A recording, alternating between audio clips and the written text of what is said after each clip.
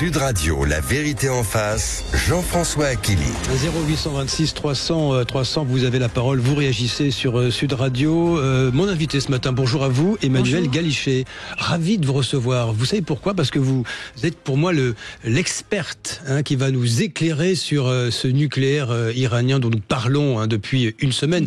Une semaine de bombardements israéliens, de guerre entre l'Israël et l'Iran, avec des débuts de guerre qui sont vraisemblablement la destruction de l'arsenal nucléaire iranien. Il y aura un deuxième sujet tout à l'heure, mais là on parlera de nucléaire toujours, c'est le lien pour vous, mais civil, avec cet amendement surprenant qui a été voté hier. Je vous expliquerai tout ça en détail. C'est un peu compliqué au détour d'une proposition de loi sur l'énergie par le Rassemblement national on va dire de relance de Fessenheim. Nous verrons si tout ça est bien réel.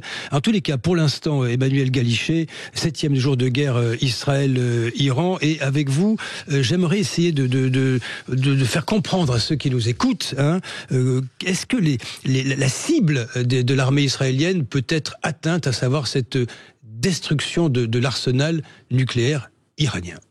Alors, destruction, c'est un grand mot, je pense, effectivement. On va pouvoir détruire un certain nombre, ils vont pouvoir détruire un certain nombre d'installations. Tout détruire, ça me semble difficile parce que le pays est grand et les installations sont assez décimées un peu sur l'ensemble du territoire. Et d'un autre côté, les sites importants pour l'enrichissement, on va sûrement en parler, sont enfouis en souterrain. Et donc, en particulier Fordo, qui est sous une montagne, c'est compliqué. Il y a deux sites qui sont évoqués, c'est Natanz qui a été frappé assez durement, et Fordo, qui est ce mystérieux site qui est à 180 km au sud de Téhéran, qui est enfoui sous une chape de béton sous une montagne. Et ça, c'est là que ça se passe. Emmanuelle Galichet, qu'est-ce qui se passe dans cette usine de Fordo? Alors à Fordo, c'est une usine d'enrichissement de l'uranium. En fait, votre uranium naturel, que l'on trouve dans la croûte terrestre un peu partout, il est radioactif naturellement, mais il lui manque un peu d'uranium 235 pour pouvoir faire des fissions. C'est cet isotope-là, ce noyau-là, qui fissionne. Et donc on va enrichir notre uranium en uranium 235 pour que les fissions soient plus efficaces, pour qu'il y en ait beaucoup plus. Et en fait, dans une énergie avec une utilisation civile, on a besoin d'environ 5% d'uranium 235 dans notre uranium. Pour un usage militaire, il va en falloir beaucoup plus pour justement provoquer cette fameuse explosion, cette fameuse divergence, un nombre de fissions absolument colossal qui permet une explosion. En clair, les Iraniens, de ce que nous en savons, mais il y a l'agence, l'AIEA qui enquête dans la mesure du possible sur place. Ces Iraniens, ce nucléaire iranien, Emmanuelle Galichet, il a vocation militaire. C'est une certitude aujourd'hui, parce que vous entendez des débats politiques. Je ne vais pas vous demander de faire de la politique ici sur le plateau de Sud Radio. Je vais vous épargner ce matin. Mais vous avez ceux qui mettent ça en doute. Oui, bien sûr, parce que donc l'AIEA a fait son dernier rapport et ils ont dit nous avons une certitude qu'il y a de l'uranium, il y a des stocks d'uranium enrichis à 60%. À 60%, il n'y a pas d'application civile. Mais ce n'est pas encore un stock pour faire une application militaire, puisque, comme je vous le disais, il vous faut au moins 90% d'uranium 235 dans votre stock. Donc, on peut dire que l'Iran est sur le chemin. Voilà, c'est en cours de route. C'est en cours de route, et c'est seulement sur la partie matière. Quand on veut faire une arme nucléaire, il n'y a pas que de la matière, il y a beaucoup d'autres choses. Il y a la militarisation, c'est-à-dire trouver la bonne quantité, transformer ce gaz en une matière métallique pour en faire une vraie tête nucléaire. Et puis il y a aussi la partie missile, porter l'arme, la bombe vers son objectif. Et ça, ce sont des étapes. On pense qu'aujourd'hui, l'Iran, ce que dit l'AIEA et les experts politiques, l'Iran n'a pas pris la décision politique de faire tout ce trajet Ce n'est vers... pas documenté encore. Donc ce n'est pas absolument documenté. Nous ne savons pas aujourd'hui si l'Iran était en train de fabriquer la bombe, pour dire les choses simplement. Hein. Au niveau de la matière, on a des doutes. Sur le reste, vous le savez, c'est un sujet un peu compliqué, puisqu'il y a peu de personnes qui peuvent aller là-bas. Parce que vous voyez les débats qui tournent, référence à l'Irak et les pseudo, à l'époque, armes de destruction massive, mais vraisemblablement en Iran, il y a une volonté, je parle au passé, mais la guerre est toujours en cours, d'aller vers la bombe. Il faut quand même rappeler, si vous le permettez, Emmanuel Galichet, qu'il y a eu Oppenheimer, il y a eu dans l'histoire de l'humanité, il y a combien désormais, 80 ans, si mes calculs sont bons, 2 bombes tombées sur Hiroshima et Nagasaki, elles étaient américaines à l'époque, et depuis nous avons un arsenal de quoi faire sauter 100 fois la planète, mais il n'y a plus d'utilisation d'armes nucléaires dans les conflits, même les conflits intermédiaires. Emmanuel Galichet, l'idée de ça, l'idée d'Israël, c'est d'aller... est-ce que c'est au fond d'aller réfréner, on va dire, les ardeurs nucléaires de l'Iran, ou c'est en finir avec ce programme ?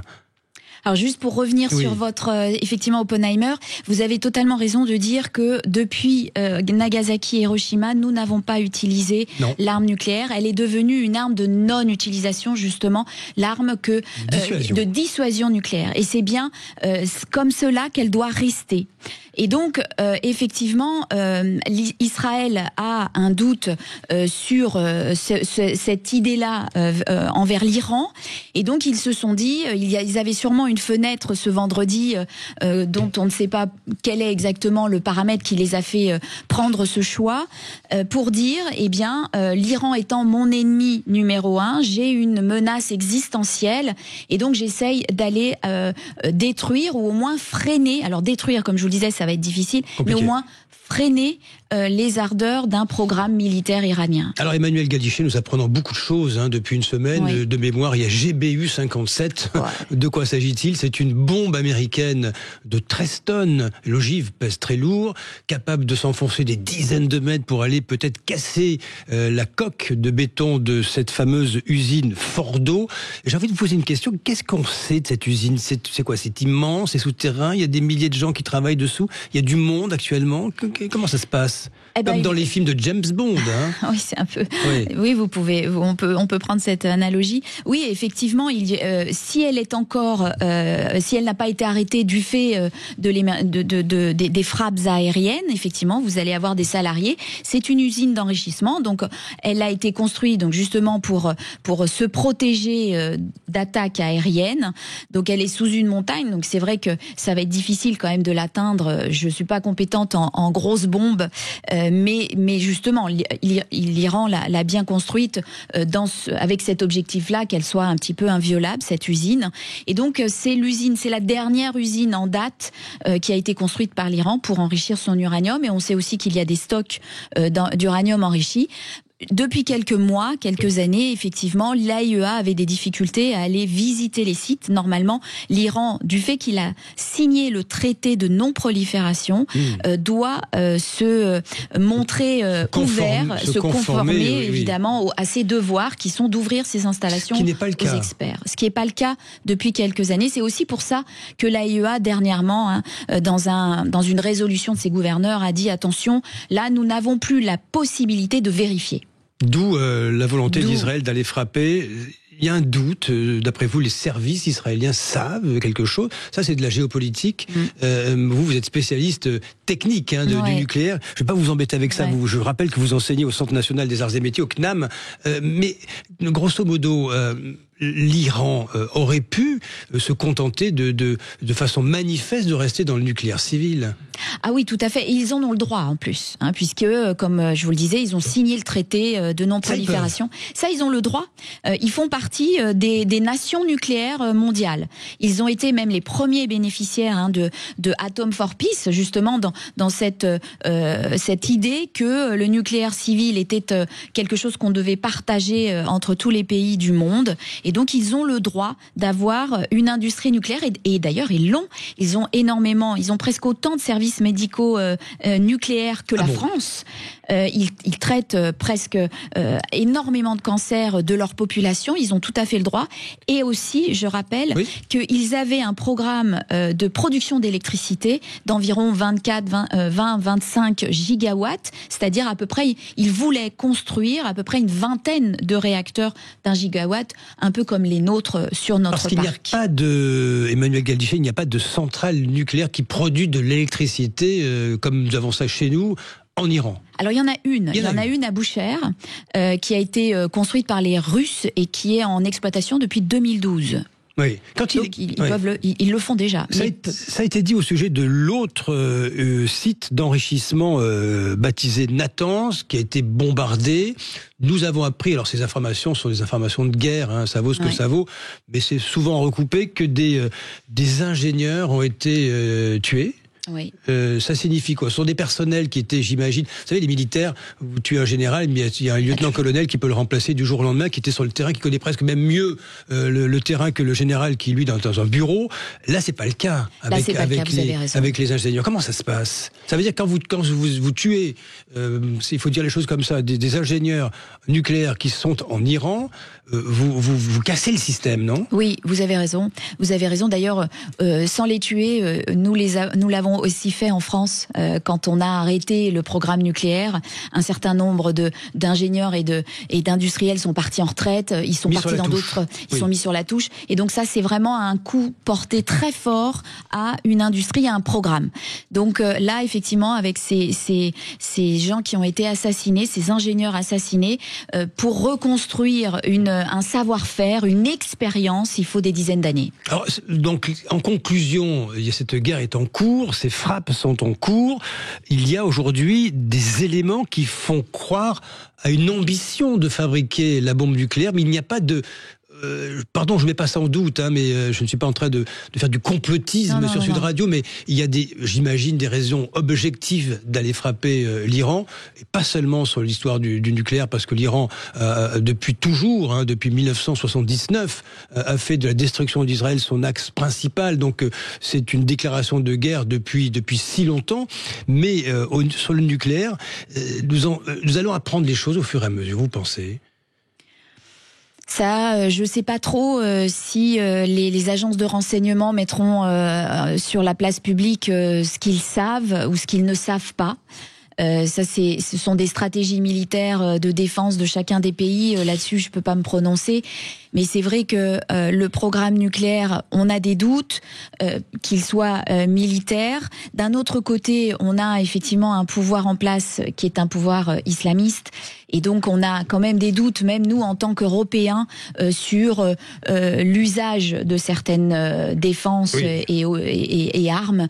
Donc, ça fait beaucoup d'indices un peu difficiles convergents. Merci Emmanuel Galichet sur cet aspect-là, hein, ce matin, ce nucléaire iranien dont nous savons assez peu de choses finalement, si ce n'est la volonté par l'Iran peut-être de l'utiliser pour détruire ce qui, au fond, est sa volonté depuis l'établissement de la théocratie, hein, de détruire Israël. Dans un instant, nous allons évoquer un autre aspect qui est le nucléaire civil en France, avec cet étonnant amendement qui a été voté hier de réouverture de Fessenheim. Nous serons en ligne avec le député Rassemblement National de la Somme, Jean-Philippe Tanguy. La vérité en face, 0826 300 300, à tout de suite.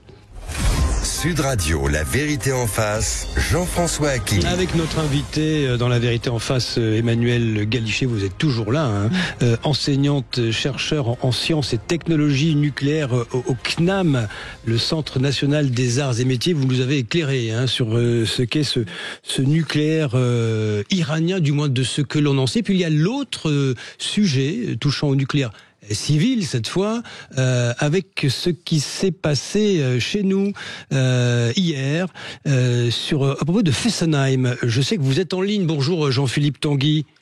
Bonjour Monsieur Akili, bonjour à tous. Député Rassemblement National de la Somme. Alors je fais le pitch, comme on dit, j'explique ce qui s'est passé hier. La centrale nucléaire va-t-elle redémarrer un jour, celle de Fessenheim? Un amendement en ce sens, porté par vous, par le Rassemblement National, Jean-Philippe Tanguy, dans le cadre des discussions autour d'une proposition de loi du sénateur LR Daniel Grémillet, qui porte sur, c'est un peu compliqué, mais sur la programmation nationale énergie et climat pour les années 2025 à 2035, c'est un sujet fondamental. Cet amendement que vous portez sur Fessenheim a été adopté. Bon, ça c'était lors d'un retour de séance au cours duquel les députés RN étaient en majorité dans l'hémicycle. Ça s'est passé comme ça, Jean-Philippe Tanguy? Oui et non, c'est vrai que c'était un retour de séance, mais enfin d'une manière générale, nous sommes le groupe et de très loin le plus mobilisé sur ce texte pour relancer le nucléaire. Mais derrière c'est quoi? C'est la facture des Français. Et vous avez un projet, celui des macronistes, qui va doubler d'ici 2030 si on ne fait rien la facture d'électricité des Français et des entreprises. Je parle même pas des projets de gauche, mais bon aujourd'hui ils sont en débandade à l'Assemblée, donc ça devrait aller. Mais l'enjeu c'est ça. Et donc le vote sur Fessenheim, il représente en fait, c'est le symbole du fait qu'aujourd'hui la relance du nucléaire se fait aux conditions du Rassemblement National et plus aux conditions de la gauche. Vous en avez fait un symbole parce que cette centrale est fermée depuis 2020, depuis 5 ans, juin 2020, ça fait toujours... Oui, et au fond, vous savez très bien que ça ne passera pas. Cet amendement va être retoqué. Vous êtes d'accord avec ça? Mais peut-être nous verrons. Mais en tout cas, ce qui est sûr, c'est que la centrale de Fessenheim était dans un parfait état. Aujourd'hui, on a beaucoup de mal à savoir dans quel état. On a beaucoup de mal à savoir aujourd'hui dans quel état exactement elle est. Qu'est-ce qui a été démantelé ou pas? On nous parle de la salle des machines et de quelques machines qui sont pas le circuit primaire le plus critique, qui ont été démantelées mais qui peuvent être remplacées. Et derrière cela, j'ai voulu aussi alerter les Françaises et les Français sur le manque d'informations. Sur l'état de ce démantèlement, puisqu'en fait c'est un mensonge d'État, cette fermeture, et que tous les partis du système essaient de mettre la poussière sous le tapis. La réalité, c'est qu'il y a encore 2 circuits primaires des réacteurs de Fessenheim. Elle est en cours de démantèlement, Jean-Philippe Tanguy. Il y a des centrales qui sont en cours de démantèlement depuis 40 ans, monsieur Akili. Oui, mais après on peut discuter de l'opportunité ou pas de l'avoir fermée. C'était un débat, cette histoire, parce que François Hollande l'avait promis à ses alliés écologistes. Emmanuel Macron est allé au bout avant d'annoncer volte-face que nous allions vers un tout EPR en France et le tout nucléaire pour les années 30, les 2030 bien sûr. Jean-Philippe Tanguy, pourquoi vous êtes emparé de ce symbole de Fessenheim? C'est pour marquer les esprits?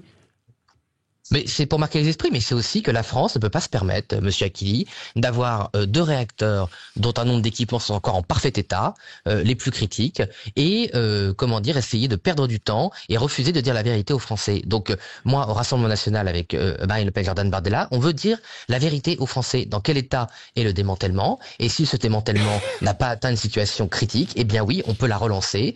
Et ne pas le dire aux Français et ne pas vouloir utiliser un équipement qu'ils ont payé, qui est encore là uniquement parce qu'il faudrait cacher ce mensonge d'État entretenu, il faut bien le dire, avec beaucoup de complicité par Bercy et d'autres lobbies, je ne l'accepte pas. Voilà, monsieur Akili, qu'on a volé aux Français et je ne me tairai pas sur ce sujet. Dernier mot avec vous, Jean-Philippe Tanguy. Je vous remercie de réagir ce matin sur l'antenne de Sud Radio, puisque vous parlez de démantèlement. J'en profite, vous êtes là. Vous allez voter la censure, Jean-Philippe Tanguy, prochainement, que ce soit à la faveur d'ailleurs des retraites ou du budget. Mais écoutez, nous verrons sur le fond. Donc on attend les mesures qui sont prises. Beaucoup de temps est perdu malheureusement, beaucoup de flou, ce qui, je ne vous cache pas, laisse présager peu de réformes d'ampleur nécessaires pour rétablir les comptes de la nation et beaucoup d'investissements sociaux avec les retraites. Sur les retraites, non. Mais ça dépend de ce qui est annoncé, ça dépend de ce que messieurs Bayrou propose comme perspective.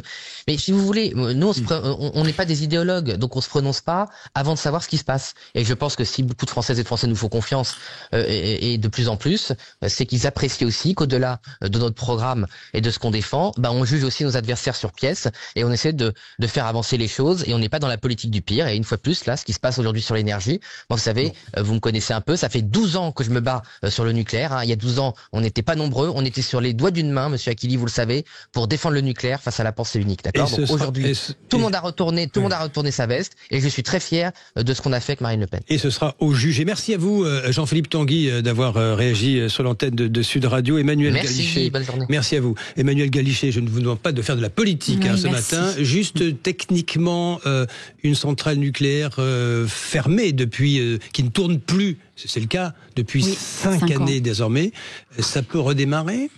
Alors non, la centrale de Fessenheim a été en démantèlement.